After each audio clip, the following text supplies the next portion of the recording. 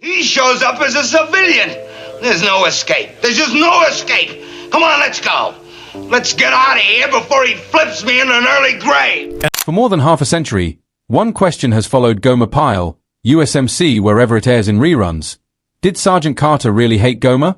Fans watched Frank Sutton bellow and turn crimson at Jim Nabors week after week, and for just as long, whispers circulated that the fury wasn't entirely fiction. Some insisted the shouting matches on set were real. Others swore the two men could barely stand to be in the same room once the director yelled cut. Today we're finally digging into what Frank Sutton himself said, in his own words, before his life was cut tragically short. And what we found isn't the petty, spiteful rivalry so many people expected. It's something far more complicated, and in its own way, far sadder.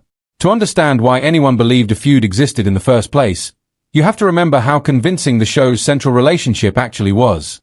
Gomer Pyle, U.S.M.C. built its entire comedic engine on friction. Every week, an eager, painfully naive Marine recruit managed to unravel the nerves of his gunnery sergeant simply by being himself. Gomer never meant to cause chaos. He just couldn't help it. And Sergeant Carter's reaction, loud, exasperated, always seconds from a coronary, felt so lived in that audiences assumed real animosity had to be fueling it. That's the mark of two skilled actors doing their jobs almost too well. The character of Gomer didn't begin as a starring role at all. He first showed up as a minor, one-episode gas station attendant on The Andy Griffith Show, a good-natured country boy meant to disappear after a single appearance. Viewers had other plans. The character struck such a chord that the writers kept bringing him back, and eventually the network realized they were sitting on something far bigger than a supporting player. Rather than let Gomer fade into Mayberry's background, producers made the unusual choice to ship him off to Marine Corps boot camp, a decision that could have easily flopped but instead created television history.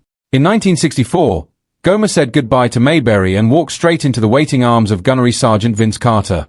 Frank Sutton, the actor tasked with playing that sergeant, had spent the better part of a decade grinding through unglamorous character roles, mostly villains, criminals, and tough guys in dramas like The Twilight Zone, Route 66, and The Fugitive.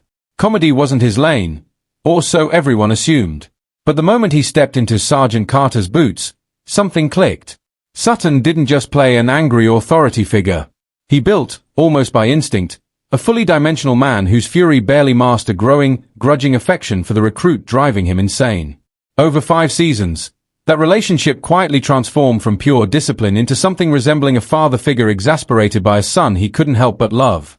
It's that emotional undercurrent, more than the jokes themselves, that made the show impossible to look away from. The series became a genuine phenomenon.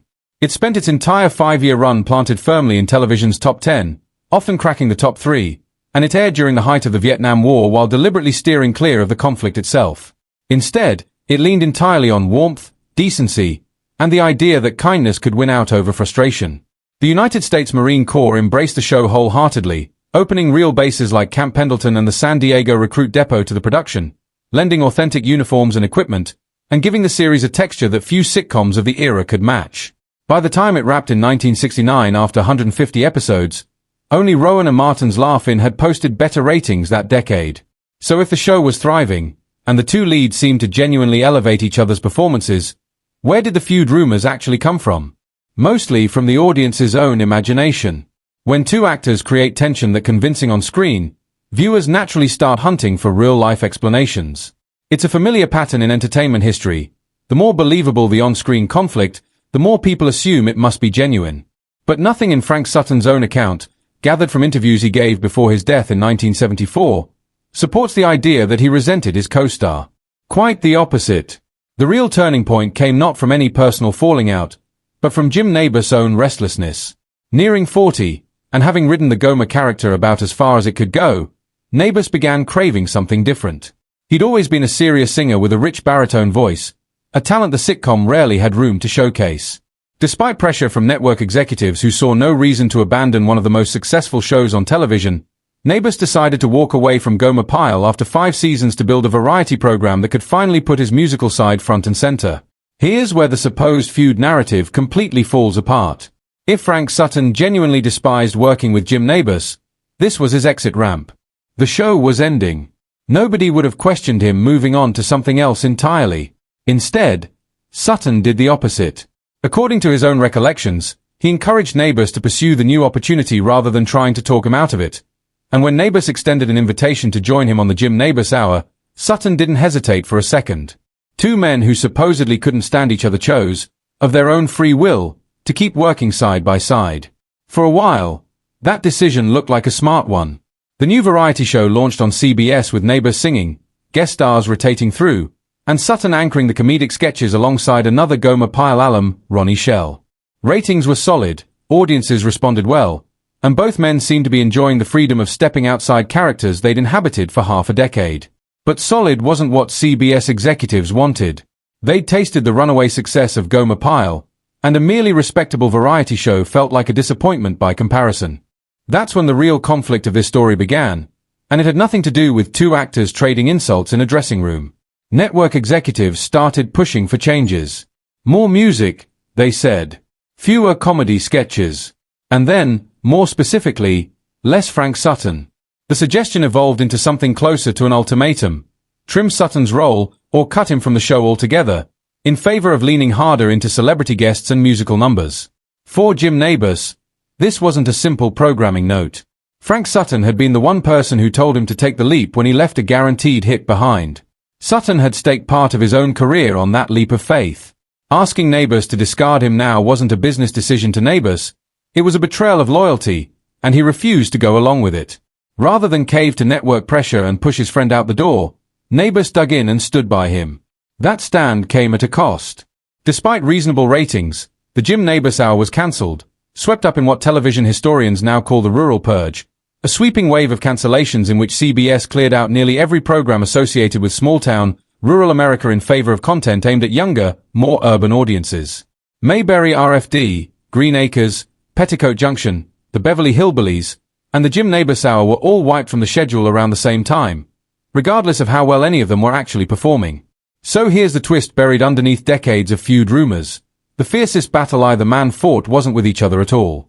It was against a network that decided their partnership no longer fit where television was headed.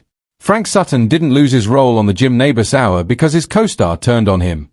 He lost it, indirectly, because Jim Nabors refused to let that happen, and paid for that loyalty with the cancellation of an entire show. Sutton, for his part, never seemed bitter about how his career had unfolded.